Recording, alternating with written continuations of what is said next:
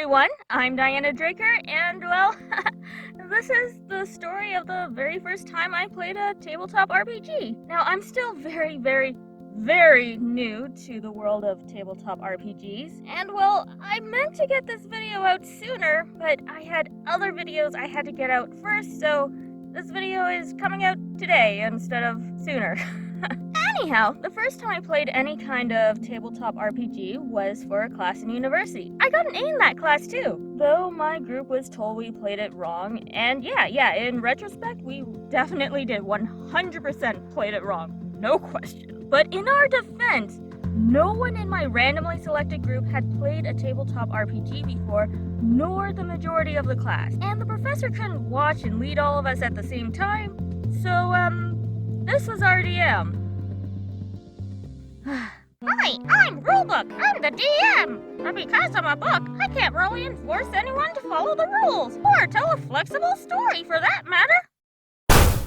Thanks, Rulebook. So, our goal was to protect this old western town from dwarven raiders, and then just, well, live out our lives in this world. And since it was pretty much everyone's first time, we could only be humans, and we rolled to see what our occupations were, relationship with the other players, and our alignment, and, well...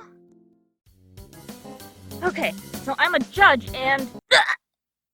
Evil?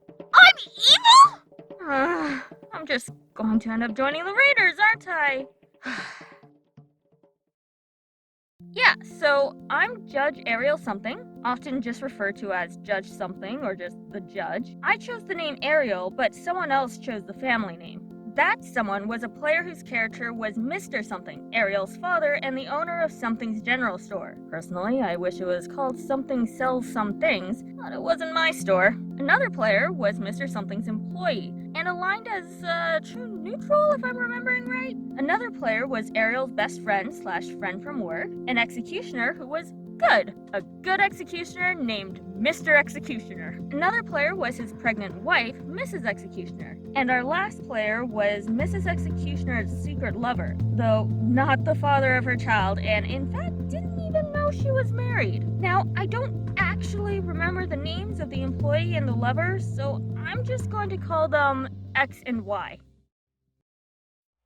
So, how are we going to set the scene? Do we got any actors or, I guess, extroverts here? Who wants to go first? Execution! What? Well, Ariel is evil, remember? And if I have to be evil, then I'm going all out. But we're not really starting like this, are we? I mean, does anyone else want to go first? Anyone?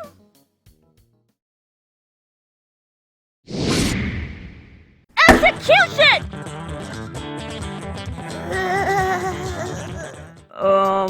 Your Honor, don't you think you might be going a little overboard?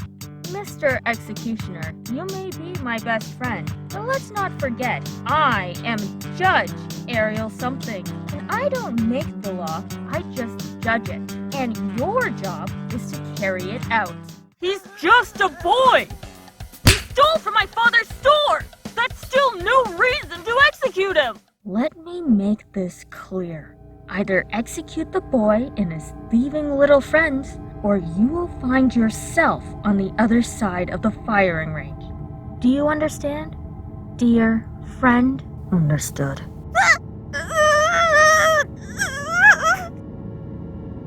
Oh, yes. Before I forget, how's the wife? Oh, well, she's been great as always. Growing up a lot, but great. Growing up a lot? Oh, right. Well, good to hear your wife is doing okay regardless. We should go out for drinks later. But don't forget to kill those kids first. Right. I'm so glad that's taken care of. Dad won't have anything to worry about now. Wonder how the store's doing.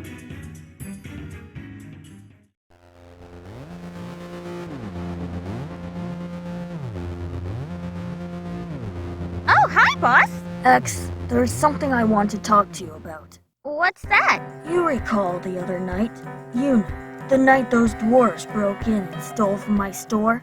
Actually, I think those were children, not dwarves. My point is, who was supposed to be watching the store when it happened? Well, sir, I can explain. They were armed and I was hiding. Didn't you just say they were children? How could they be armed? Besides, when I hired you, you said you would put your life on the line for this job. Boss, I can explain. You're fired. 2 words. Those 2 words changed her entire life. With those 2 words, something in her snapped. X left the store in a huff. During the still of the night, Mrs. Executioner and Y were having a fun date, while Ariel and Mr. Executioner were at their favorite bar. Meanwhile, Mr. Something was at the graveyard on the hill where his wife was buried.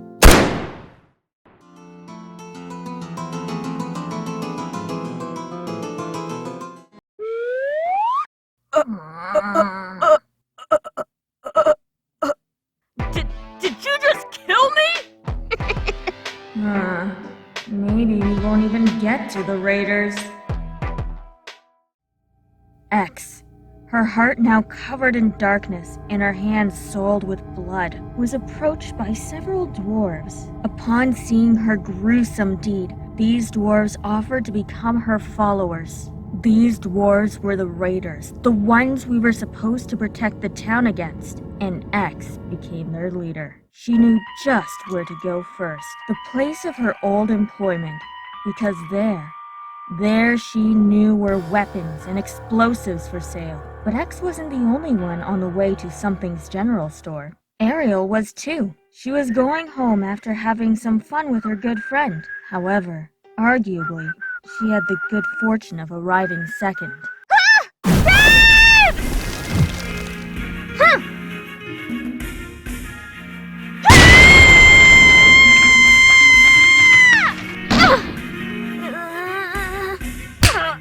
Huh? Wait!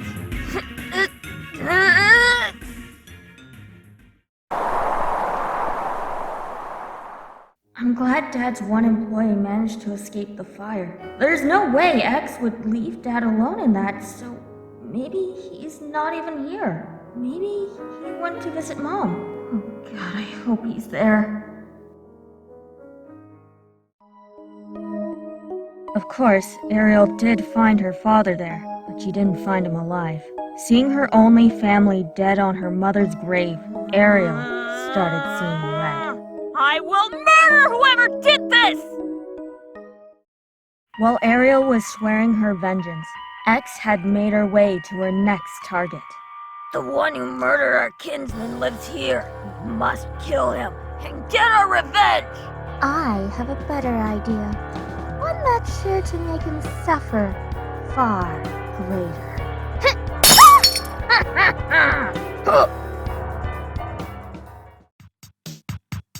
I hope the missus hasn't been too lonely without me. I've made my decision. I'm going to propose to her. My love!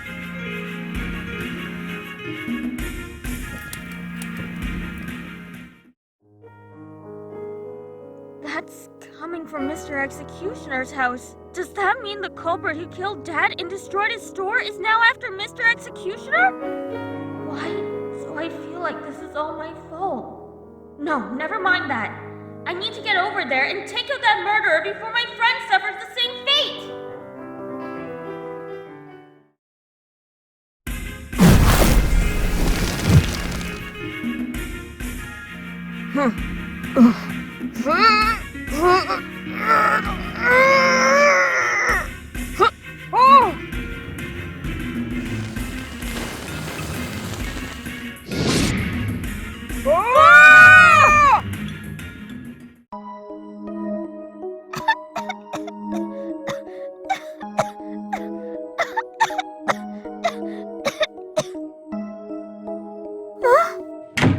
My love, are you alright?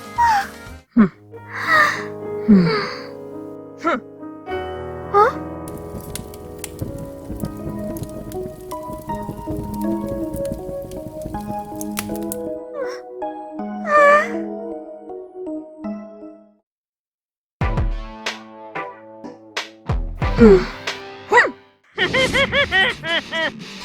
how you destroy a man.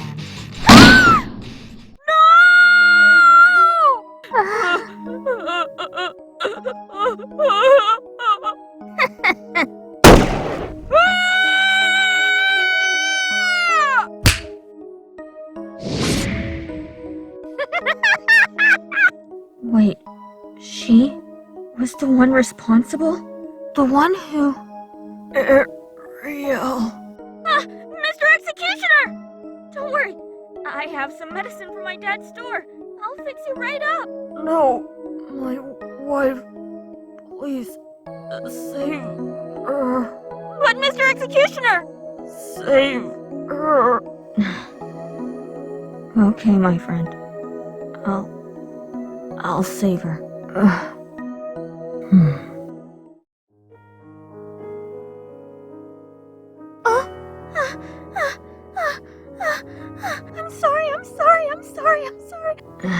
I swear, I will kill her. I will. Okay, everyone, it's time to wrap it up. Class is over. Huh? Yeah, so then class finished. So officially, our story ended on a cliffhanger. Half the players died, one became evil, and the other became not evil, not good, but not evil, and the last became a single mom. But we did make an epilogue. Oh, no dice were involved with this, so I'm not sure if it actually counts as canon or not, but I like to think it does. You see, in our epilogue, Ariel had become an outlaw. She was obsessed with finding and killing that murderer X. She would return home often, though, to make sure that Mrs. Executioner and her son, named Junior, were doing all right. When Junior was old enough, he left with Ariel in order to get vengeance for his father. While technically outlaws, the duo did a lot of good. And more importantly, though it took a long time, they got their revenge. The traitor and her dwarven minions were all killed by Ariel and Junior. Well, I hope you like this story, because even though our group definitely played it wrong, I do love how the story ended up. Though I am 100% biased. I recognize that I am 100% biased, all things considered. I mean, while they didn't say anything, I could tell at least one person had zero fun. And that really sucks. I wish our story could have been fun for everyone, but, well, you just saw what happened. And I know that if Ariel was in their character's position, or if she died when she was supposed to, if I didn't get that super lucky dice roll at that explosion, then I'd probably be pretty pissed too. At least the final story itself was fun, right? I suppose this is what happens when the teacher insists that every single person experiences being a player with no one to really facilitate. Then again, in a different group who had the exact same conditions, one of my classmates told me that he started as evil and he ended up settling down and having 2 kids and living happily ever after. So it sounds like our group was the only one who had a violent story? All in all, despite everything, it does make me want to play more, and I hope you had fun too. Until next time, I hope you all have a great day, everyone.